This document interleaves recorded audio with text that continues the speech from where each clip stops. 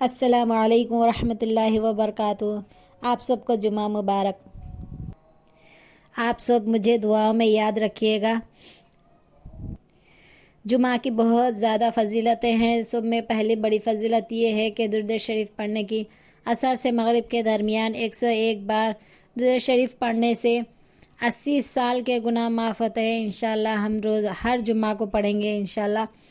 تو بہت سی اور ایک فضیلت ہے سورہ کہف کی، جو جمعہ کے دن پڑھنے سے نیکیاں ملتی ہے۔ تو انشاءاللہ سورہ کہف بھی پڑھیں گے ہم۔ تو چلیے آج کے ریسیپی کے آج کے شیڈول کے طرف۔ جمعہ کے دن تو بہت زیادہ کام ہوتا ہے، تو آج کی ریسیپی بہت چھوٹی اور مختصر سی ہے۔ انشاءاللہ ہم جو ہے جمعہ کے دن جو ہے عبادت کا زیادہ خاص خیال رکھتے ہیں۔ ایسا تو روزانہ رکھنا چاہیے، ایسا نہیں کہ خاص دن خاص جمعے کے دن ہی نماز پڑھتا پھر اگلے جمعے کو نماز پڑھے، ایسا نہیں ہونا چاہیے۔ انشاءاللہ ہمیں 5 وقت نماز خشوع و خضوع سے پڑھنے کی نیک توفیق نیک ہدایت عطا فرمائے، مجھے بھی اور آپ سب کو بھی۔ تو ہم چلیں گے آج چھوٹی سی ریسیپی بنائیں گے اور ایک حدیث اچھی سی حدیث سنیں گے جو ہمیں دین اور دنیا دونوں میں کام آئے۔ تو میں نے چاول چڑھا دیے تھے اور دال لے لیا تھا، مسور کی دال، اور اس میں ڈال تھے ٹماٹے، ہری مرچ اور تھوڑی سی لال مرچ اور ادرک لہسن کا پیسٹ، ہلدی ڈال کر میں نے 3 سیٹیاں دے دیے تھے۔ اور اس کے بعد تھوڑا سا املی، دال میں تھوڑا سا نمک ڈال کر اچھے سے گھوٹ لیں گے۔ گھوٹنے کے بعد اچھے سے پکنے دیں گے۔ اسے پکنے کے بعد ہم اچھے سے بگاڑ ڈالیں گے۔ بگاڑ ڈالتے ٹائم پہ کرنٹ چلے گیا تھا، پر ڈریے مت، ویڈیو بن گیا۔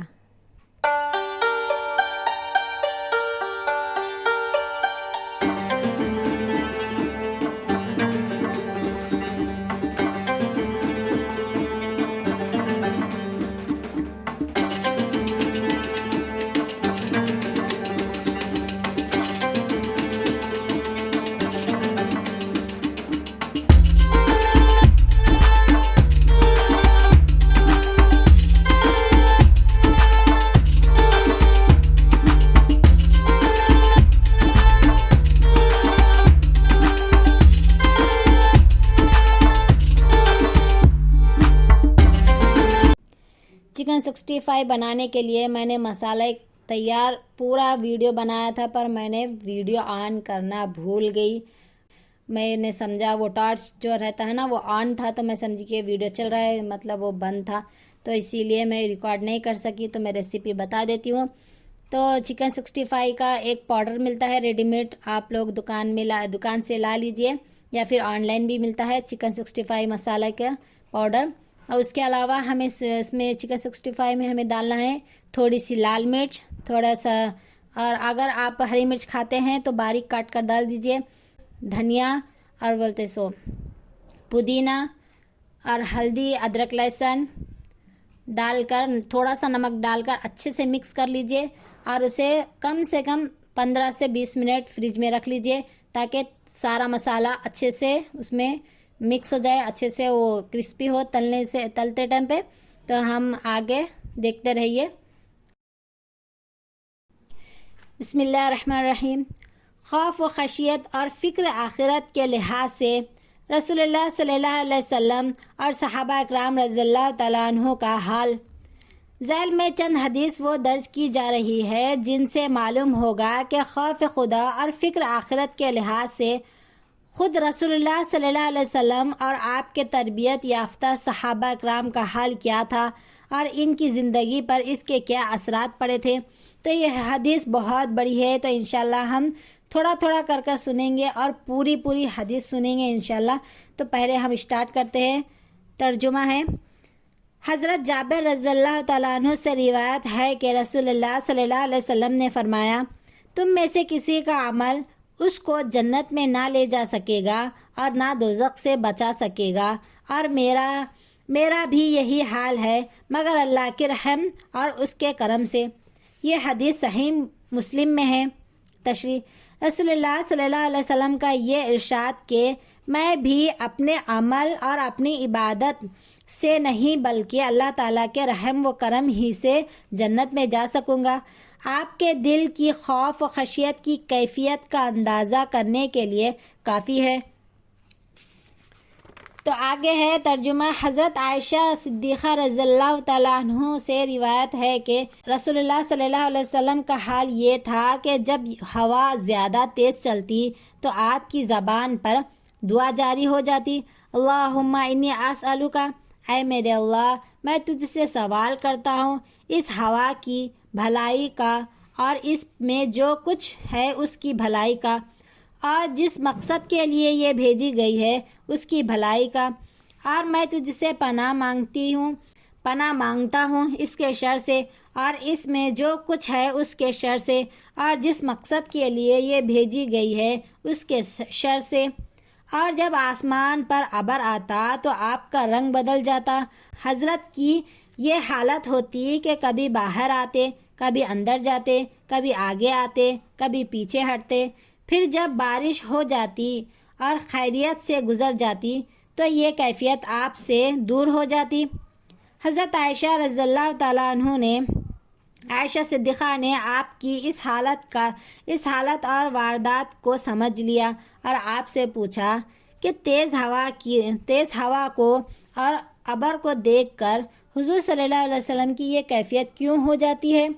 آپ نے ارشاد فرمایا، عائشہ میں ڈرتا ہوں کہ شاید یہ ابر وباد اس طرح کا ہو جو حضرت ہود پیغمبر کی قوم عاد کی طرف بھیجا گیا تھا، جس کا ذکر قرآن مجید میں اس طرح کیا گیا ہے کہ جب ان لوگوں نے اس بادل کو اپنی وادیوں کی طرف بڑھتے ہوئے دیکھا تو خوشی ظاہر کرتے ہوئے کہا، یہ ابر ہمارے لیے بارش لانے والے ہے۔ حالانکہ وہ بارش والا ابر نہ تھا بلکہ آندھی کا ہلاکت خیر طوفان تھا جو ان کو تباہ کرنے ہی کے لیے آیا تھا۔ یہ حدیث بھی صحیح بخاری اور صحیح مسلم میں ہے۔ تشریح: حضرت عائشہ رضی اللہ تعالیٰ عنہا کی اس حدیث کا اصل اور مقصد صرف یہی ہے کہ حضور صلی اللہ علیہ وسلم کے قلب مبارک پر اللہ کے خوف و خشیت کا ایسا غلبہ تھا کہ ذرا ہوا تیز چلتی تو آپ گھبرا کر اللہ سے اس کے خیر کے حاصل ہونے کی اور اس کے شر سے محفوظ رہنے کی دعا کرتے، اور جب آسمان پر ابر نمودار ہوتا تو اللہ کے جلال کی دہشت و ہیبت سے آپ کا یہ حال ہو جاتا کہ کبھی اندر جاتے، کبھی باہر آتے، کبھی آگے بڑھتے، کبھی پیچھے ہٹتے، اور آپ کی یہ کیفیت اس خوف اور ڈر سے ہوتی کہ کہیں بادل کی شکل میں اللہ کا ویسا عذاب نہ ہو جیسا کہ ہود علیہ السلام کی سرکش قوم عاد پر ابر ہی کی شکل میں بھیجا گیا تھا۔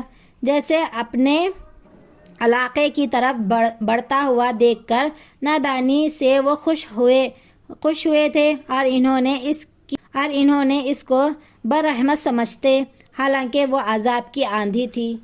حدیث میں آیت کے جو الفاظ نقل کیے گئے ہیں وہ ناتمام ہیں، آخری حصہ یہ ہے۔ تو آگے کی حدیث ہم انشاءاللہ اگلے ویڈیو میں پڑھیں گے۔ تو چلیے ہماری ریسیپی کی طرف۔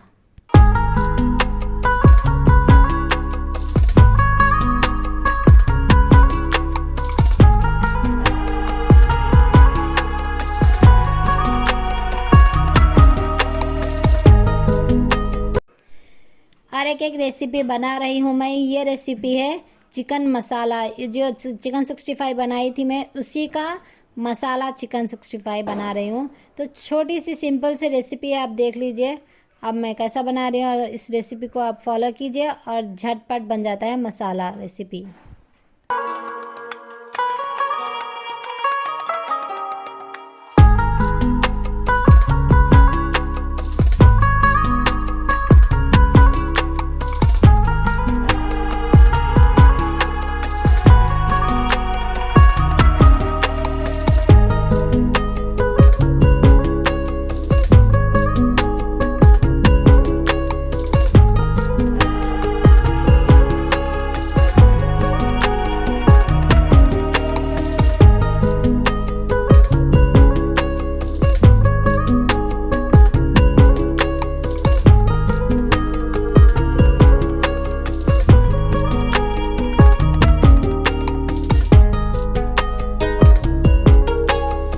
Chicken 65 and chicken masala recipe.